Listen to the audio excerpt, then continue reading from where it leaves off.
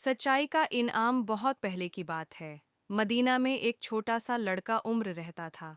वो बहुत ईमानदार और सच बोलने वाला था।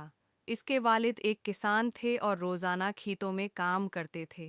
एक दिन उम्र के वालिद ने इसे बाजार से खजूरें खरीदने के लिए भेजा। उन्होंने उसे कुछ सिक्के दिए और कहा, बेटा, ध्यान से जाना और सही कीमत पर अच्छी खजूरें लेना। उमर बाजार गया और एक दुकान पर रख गया। इसने दुकानदार से कहा, मुझे अच्छी खजूरें दे दें। दुकानदार ने खजूरें दें और उम्र ने सुके अदा कर दिए।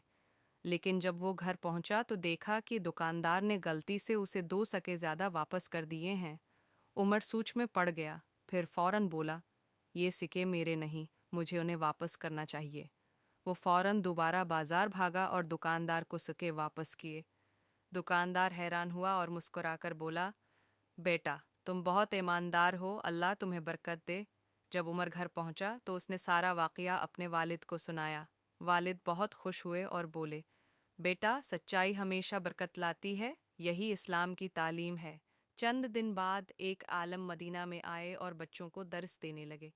जब उन्हें उम्र के सच्चाई के वाकये का इल्म हुआ तो उन्होंने कहा, ये बच्चा सच्चाई का बेहतरीन नमूना है। यही वो खूबी है जो हमारे नबी ने हमें सिखाई। सबक। ये कहानी हमें सिखाती है कि सच बोलना और ईमानदारी अख्तियार करना हमेशा बरकत और इज्जत का बायस बनता है।